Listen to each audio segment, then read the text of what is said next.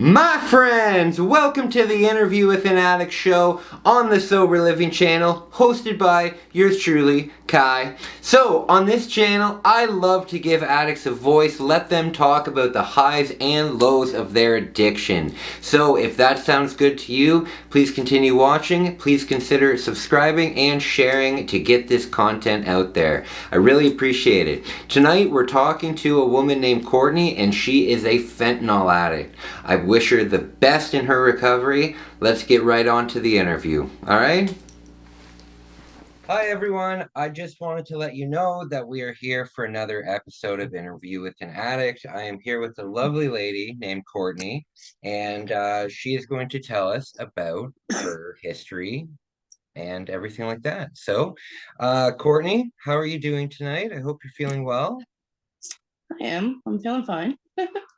Absolutely. Are you excited?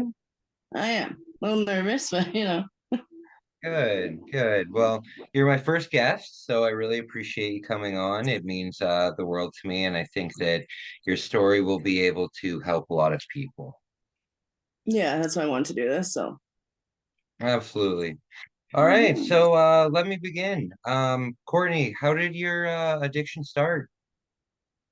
mm, well, oh God, I think my first addiction actually when I was like 14, it was I was anorexic and bulimic, so I'd consider that probably first one, right? Really, I don't know why. I just guess I did not like the way my body was, so uh, yeah, I was that. My parents didn't really know. They kind of, I know, they had no idea actually, until I told them one day. Um, that lasted for pretty much my whole life up until recently. I'm 30, so up until probably 26, I just never really dealt with it. And then, but the major problem is the fentanyl. That was right now, what I'm recovering from is fentanyl. That started, I don't even know how it really started. Everyone around me was doing it. My ex is a really bad addict. He was addicted to anything and everything he can get his hands on. So for a long time, I tried to help him. And then I guess I kind of, he OD'd in my house. And after that, for some odd reason, yeah, it was not good. It was not good at all. It's That's the first time I ever awful. seen I'm anyone so I'm actually so sorry that you experienced something like that. yeah, my kids were there and everything. It was very horrible. It was the worst thing I ever went through. So I don't really know what made me decide to use drugs after that, but I guess everyone around me was doing it, so I just wanted to try it, I guess. I got diagnosed with fibromyalgia years ago, so I was always in pain anyway. So the one day I was actually taking a pill called gabapentin, um which helps with nerve pain apparently. So yeah, and then I just seen a bunch of bad stuff about that. That's a whole other issue Yeah. there, but It's crazy you would say that because I'm currently taking gabapentin, so that scares me a little bit. are you? Did you see that I, video I posted about it? you know what? I haven't. No, I'll check it's it really out though. bad. I would, and yeah, I would really look into that before you continue taking it. Because the withdrawals from that Okay. are horrible. They're horrible. It's actually, Okay. buddy, it's like an alcoholic withdrawal. Oh no. Yeah. Uh-oh. Well, yeah, No. yeah, I'll give you back the floor. Sorry about that.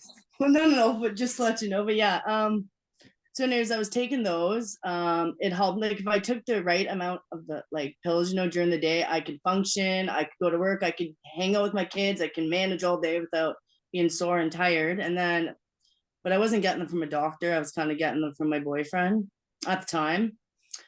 So when me and him broke up, the one day I was just feeling really sick. I guess it was the first time I ever had withdrawals. I was sweating, the whole showering, just not feeling right. So I told him, you need to come over and bring me the pills, because I'm not feeling good. That's the least you can do, blah, blah, blah. So he comes over and he just hands me a piece of tinfoil all wrapped up. And he's like, here you go, smoke this. I mean, I should have clued in that, hey, anything you got to smoke off tinfoil probably isn't really smart, but Yeah. I've dabbled in morphines and stuff and, perks, and I've never depended on them. If I didn't have them, I didn't have them. There was no, I wasn't going through withdrawals. I just didn't have them. But Absolutely. it took like 4 days, literally 4 days, just doing it at nighttime to go to bed. On the fourth day, I remember just waking up and like my arms, it was like restless arms. My arms are going back and forth, and I was like, "Oh my god!" My boyfriend at the time that I was with didn't know I was doing this stuff, and I ended up just kind of, I couldn't do anything about it. It's 4 in the morning. I mean, I have kids, so I couldn't just leave them at home and go gallivanting to go whatever, right? So I just kind of whatever, sent them off to school. And at the time, it was my ex father in law who was a really big drug dealer in my old hometown. So I just called him up and said, "Hey, got a little bit of a problem here. I think I'm going through withdrawals." And it's kind of how it happened. He just brought me over some stuff, and yeah. It just continued kind of thing. Yeah, Yeah, yeah. I Just hear went you. on and on and on and on. Well, it begins for everybody somewhere, right? Yeah, yeah. Absolutely. Um, On to the next question. When you were growing up, did you have any problems with like your friends, with your family, or anything like that? Nothing really. No. Like my parents, they were normal people, I guess, like they didn't smoke, they didn't drink, they didn't do drugs or anything heavily. Like they drank beer, on like Christmases, occasions, but nothing like Absolutely, absolutely. nothing heavy or anything. No, for my childhood was actually pretty good. Yeah, Just mine was really good too. normal. It's crazy how life will take you down certain roads, right? Yes, Um, yes. so you mentioned that your parents kind of drank. Did they ever have any addictions themselves? Did they ever suffer No, from addiction when they were younger or anything? no, nothing. No. Like their parent, Okay. like my grandparents have. So their parents Okay. apparently were big, like just alcoholics, not just, I mean, but they were alcoholics apparently, and they never really discussed it too much. Like my family is not one to talk about that kind of stuff. They're very, you Absolutely. know, whatever. They just don't think that kind of stuff happens. So we don't really talk about it. But recently I found out that like my granny and grandpa, which is my mom's parents, those are like my favorite people in the whole entire world. And I found out that my grandpa was apparently, when my mother was growing up, he was a raging alcoholic, and my dad's parents were the same thing. Used to leave him alone all the time, just all kinds of. They never really went really into detail, but just yeah, they had Yeah, alcohol problems. Yeah. understandably. But this wasn't like directly related to you. This was No, like more your I, as parents. I was Yeah. growing up and a kid, they were like, my grandparents were sober by the time my parents were old enough and all that. So I never seen them drinking, or I never Yeah. seen, like, nobody in my family even smoked cigarettes, for God's sakes, really. Like, Yeah, for sure, for sure. Um, how long did it take you before you figured out that what your addiction was like wrong in the sense of like when did it become a problem? When did you realize that you were becoming dependent on it or you couldn't function normally without using your drug of choice? like a month. That quick, eh? Within a month, yeah, within a month I had to because I had kids and I didn't want to turn out like their father, how like he would just leave them all the time, never around, stealing all my money. Like I was a single mom, I was working, but I didn't have the money. Like this stuff's very expensive, so I didn't have money to go and get it every day. So within a month, I went on methadone because Oh, like okay. I was that addicted to it within a month where I couldn't go a day without it. So I had to go on methadone to so I wasn't sick, so I could look after them and Absolutely. stuff. Mhm. Yeah, that's awful. I'm so sorry to hear about that. With your addiction, what did you lose? Did you find yourself losing a lot of things before you realized that you needed to get help, or tell me more about that. Oh yeah, I lost everything. I lost everything. Like literally, I lost my kids was the first thing I lost. Like it didn't. Nobody came and took them from me. I let my parents. I was having a rough time, not even related to drugs. Just like if my parents knew I was hardcore into the drugs, they most certainly didn't say anything to me. But I always had CAS involved because of their dad. And Okay. they always used to talk to my kids without me knowing. They'd go to the school, like the CAS, and talk to my kids alone, which I didn't like. But my daughter is very, very smart. She's just a very intelligent little girl. And she knew I was sick, like not dope sick, but she knew like my fibromyalgia sickness, you know? So they ended Absolutely. up, I don't know how it came about, but the CAS ended up talking to my daughter and she ended up telling them I was on methadone pretty much. She didn't know the name of it, but she said my mom has to go every day to get a drink because on the weekends I had to bring my kids there to get it, right? Because I didn't have any, like I was with my kids 24/7. Yeah. So within like a month of being on meth, no, it was like a year into being on the dope, I asked my parents for some help because I was moving and I was just exhausted, you know, like working all the time, no help with the kids, whatever, right? I was just, so I asked my parents for help. They refused to help me.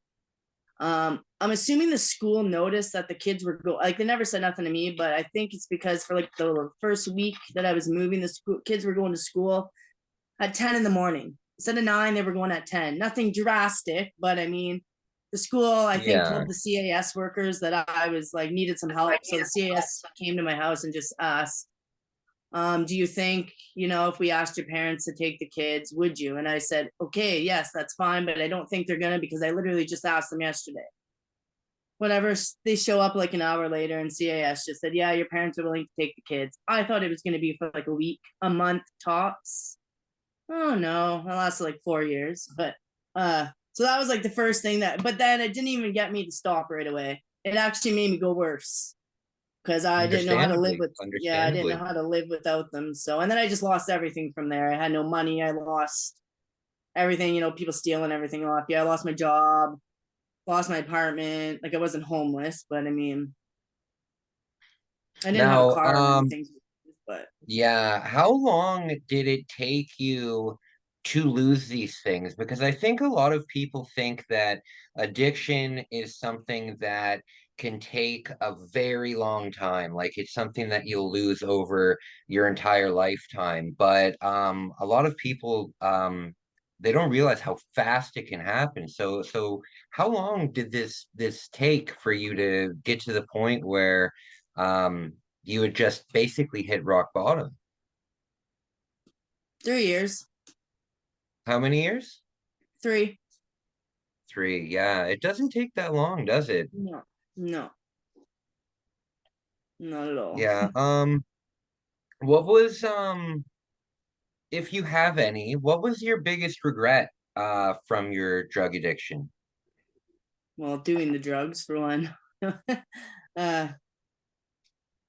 I guess just the people I was hanging out with. I guess I don't know because I had a lot of bad things happen. So, and really having my family just disown me. That's the big one, right? Not having because I mean I was very close to my family, and then I just didn't have them anymore. So that's probably the number one regret. Not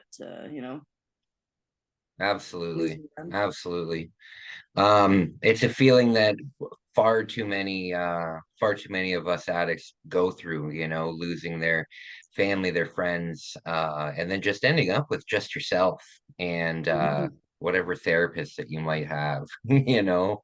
Yeah, yeah. Um, Let me ask, with being addicted to fentanyl, how much were you spending? And how were you acquiring the money to support your habit? Um, God, I was doing enough. I was doing like a gram a day, which if you were to actually buy it, it's like $400 a day.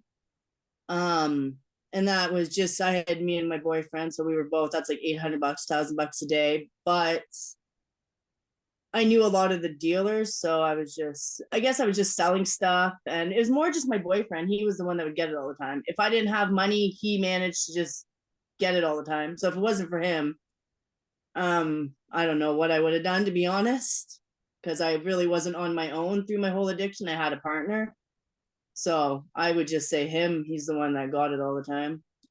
Yeah, partners in crime kind of thing. Yeah, yeah.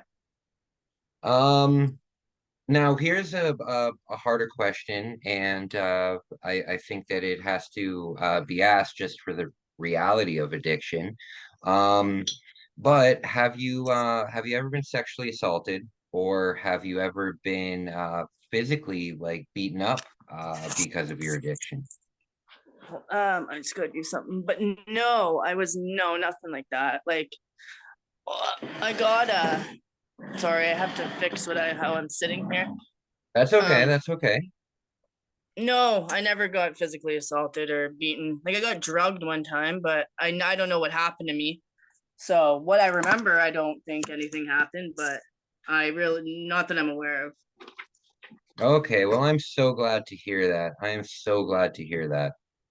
Um, Now, with you mentioned earlier about your mom taking over your parents taking over for the kids and stuff like that. Um, with your addiction, how has it affected your family? I mean, your mom, you, how's it affected the whole dynamic with everything? To be honest, I really don't know because we haven't talked. We haven't talked in Oh, like okay, I my understand. whole like once they took the kids, they literally just stopped talking to me. Like my sister, my younger sister, I she's the only one that stayed in contact with me. And I'm assuming like as much as she never really said too much about me, I know it bugged her. I know she worried lots about me. Like there's days where she would call me off the hook. She would assume that I was probably dead or something, like I'd go months without talking to her because I was obviously embarrassed and doing my own thing where I didn't want to, talk to them or whatever. But I would assume it probably broke their heart, but they've really never said nothing to me about it. So I'm really not 100% certain on that. But Okay. Well, yeah, that I'm so sorry to hear that. no, we Hopefully started in talking now, but like me and my dad are more close to my mom because I don't know, my mom's just very hard to talk to, but we're starting to kind of talk again and stuff. So eventually I'm gonna, it'll all one day I'm gonna ask them about this, but well, one day. Yeah. Hey, you know what? With your sobriety, everything is possible, and Yes. it's amazing what you can accomplish. So just stay on Yes. the right path, and I'm sure that things will turn out great for you, okay? I hope so. Um, what was it? Did you have a specific moment where you knew that this is my rock bottom? I need to get help this moment. Like, this is when I'm quitting. I'm not touching it again. What was your catalyst that brought you to that point? Um, just the October that just passed, actually, when my birthday passed. October 9th was my birthday, and I just couldn't do a whole other year doing the same thing I was doing the last 4 years because I knew if I was just not, it was either I'm smart enough or I completely give my kids up to my parents and let them, you know what I mean? Like live a good life and not let them keep thinking that I'm going to be okay and, go back for them. But I was living with my boyfriend and he let his sister and her boyfriend moved in. And that's what my breaking point was because they were just crackheads and they had no respect for me, no respect for my house. And it was just, I couldn't handle anymore. I couldn't even handle an hour sitting in the house with them. So I just figured if I don't get out of here now, like this is going to be my life forever. And I'm going to end up putting a bullet to my head. Like I couldn't keep living rock bottom. Like I had nothing, I didn't even have 10 cents to go to the store and buy a fucking ponytails for my hair, like I was pretty hurting there. Like, so Yeah, I no, ended up, I absolutely understand. I absolutely yeah, it understand. sucked. Well, good for you. I'm really happy that you didn't have like an overdose or a suicide attempt or something where you were in the hospital. I'm really Yeah. glad that you could see it for yourself and and make that decision. I think that in the long run, it'll probably be the best decision you ever made, you know. Yeah. Yeah. So now that you've been sober, how long have you been sober for? 104 days today. That is fantastic. Yeah. Congratulations. Thank you. Congratulations. Now you're in triple digits. I am. Yeah. No, that's amazing. That's amazing. Um, so being what has been in those 100 days, the getting off of it, what has been the most difficult aspect of your 100 days? Mm, I don't know, just staying sober, I guess, because it's still like a craving. I still want to use lots of the times, even still, especially when I get money. When I get money, it's hard. Like I just started getting money because I just started working, but like my first pay, I was like, oh my God, I just wanted to go and oh, I'm just gonna get high one more time, one last time. Nobody needs to know. And then, but I I didn't. But I totally, mean, totally understand that. like that's what's hard right now is having money. When I have money, I just feel like I just want to go buy stuff with it, but I haven't. So I mean, But I another thing, drank. another thing that I'm kind of hearing though is that you are having money again. You're not having to rely on taking like everything that you have and spending it on drugs, you know? Now you Yeah, actually yeah. have some money. Yes, that is true. I haven't had money to myself in a very long time, like 5 years, long time, like so it actually is pretty nice to actually be able to, even though it's not enough money, but still, I mean, Hey, it's it's money, never right? enough, right? No, not Absolutely. exactly. Um, so let me ask you, what is your favorite part about being sober? Having my family back, talking to my kids and stuff. That's pretty much it, really. Yeah. Yeah, no, I totally understand that. That was my favorite thing about being sober as well, is having my family not have to worry about me all the time, Yeah, you and know? not waking up sick, not having to chase something every day. You know what I mean? Like not relying on Absolutely. whatever. But Do you yeah, feel more like in control of yourself now? yeah. I mean, I still have to go get methadone, so that's another like. But I realize that that's probably something I'm going to be on for a little while, and I'm okay with that. It's just something that Yeah. reminds me that I put myself in this position, so it could be Yeah, worse. yeah. There's nothing wrong with that, you know.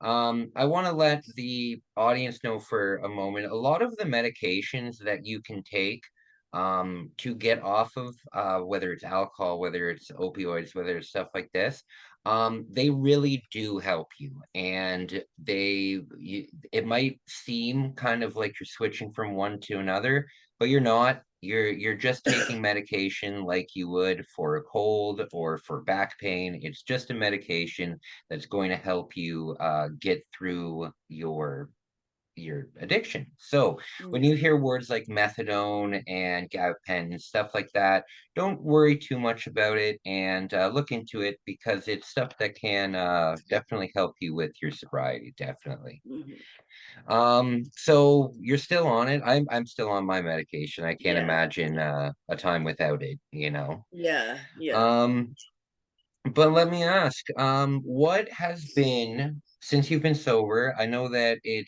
hasn't been that long. It's only been 103 days, but those 103 days probably feel like a very long time for you. Yeah. Yes. Yeah. Yes. Now, let me ask, during that time, you've probably come up with a lot of great stuff. What has been your favorite memory from when you've been sober? What's the best thing that you feel like you've done since you've been sober? Who got a job, to be honest. And I don't really know. Just getting a job and going to apply for school is exciting because I never thought I would do that. So that's kind of cool. But really not too much. I've just been kind of day by day in it lately. I'm in a new town. I don't know anybody here, so I mean, I don't really do a Hey, hell of a lot. to be honest, that honestly sounds amazing. A new job, you know, so many people would wish for being able to just be able to leave their house, you know. The fact that you're working again, are you living like independently? No, not right now. I'm trying to find an apartment, but it is not easy. No, no, the No, prices here in it's Canada are not yes. fun at all. No, no, no, no. It's very, very hard to even just find a room somewhere around here. It's crazy right now. Absolutely, absolutely. So, let me ask, I should mention you created your own support group for yourself to watch pe for people to watch your journey. Yes, I did. How's that going? I know that it's going good, but tell me about it.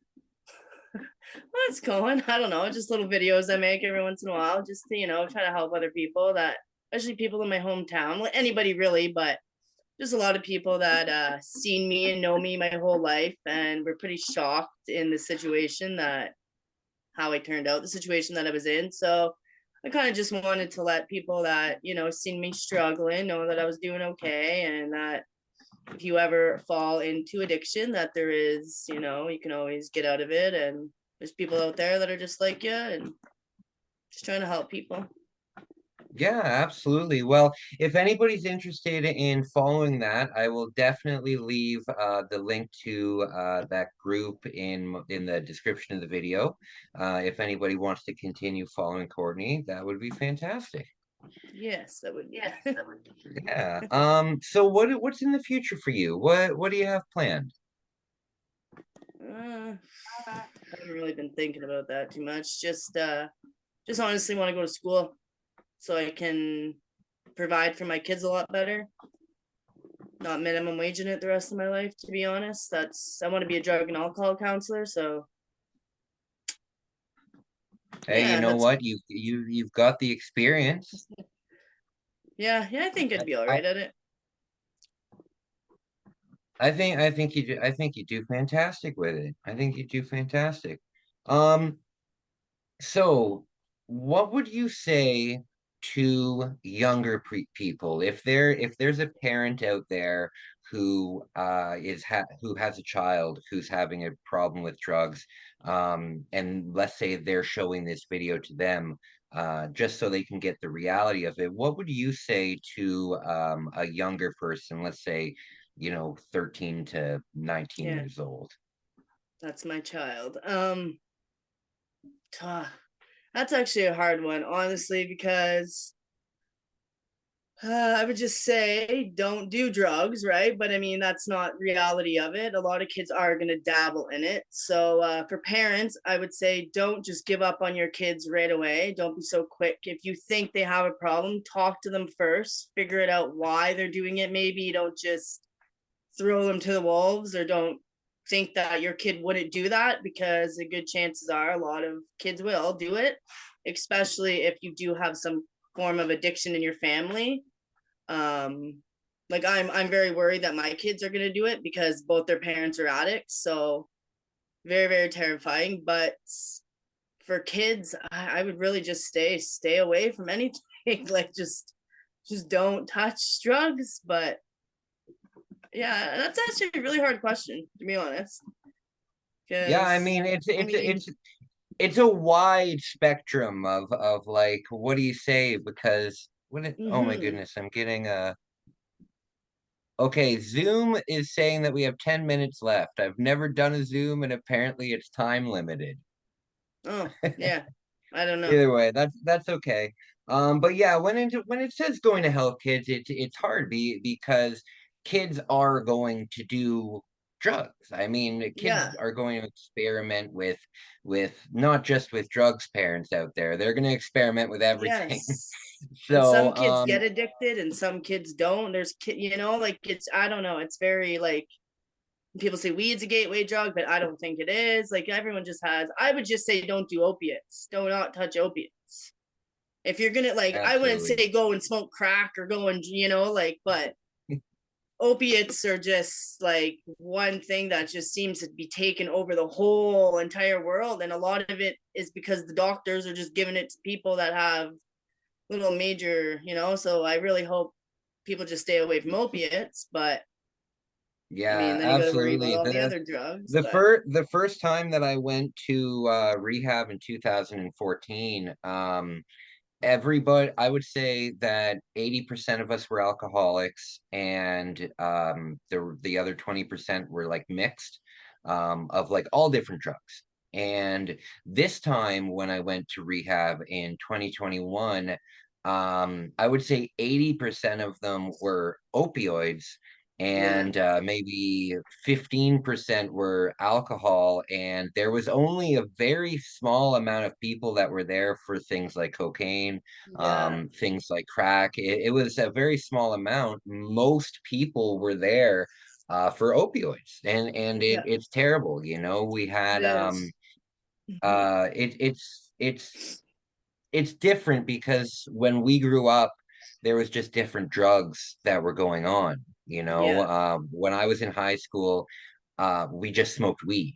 Yeah, Yeah. I Yeah. can't Yeah. imagine. Yeah. I can't imagine us doing opioids, but No. now it's crazy how life goes. But Everyone needs to check out that show though, that Dope Sick show on it's about like the Oxycontin crisis, how that Purdue Pharma, oh, okay, it's very eye-opening. Like people, because a lot of people just say, junkies, like I don't know, a good 80% of the people that are addicted to the opiates is because of a doctor prescribing it for, and that's what that show's about. Like a lot of people I know that, because I'm on the I decided to make a online dating account. Anyways, a lot of people that I met on there are like recovering are recovering addicts. And it's like all because yeah, of doctor, like it's just so many people in the world yeah, have some sort of absolutely, addiction to it. It's just crazy. yeah. Well, the biggest drug dealer is your doctor, right?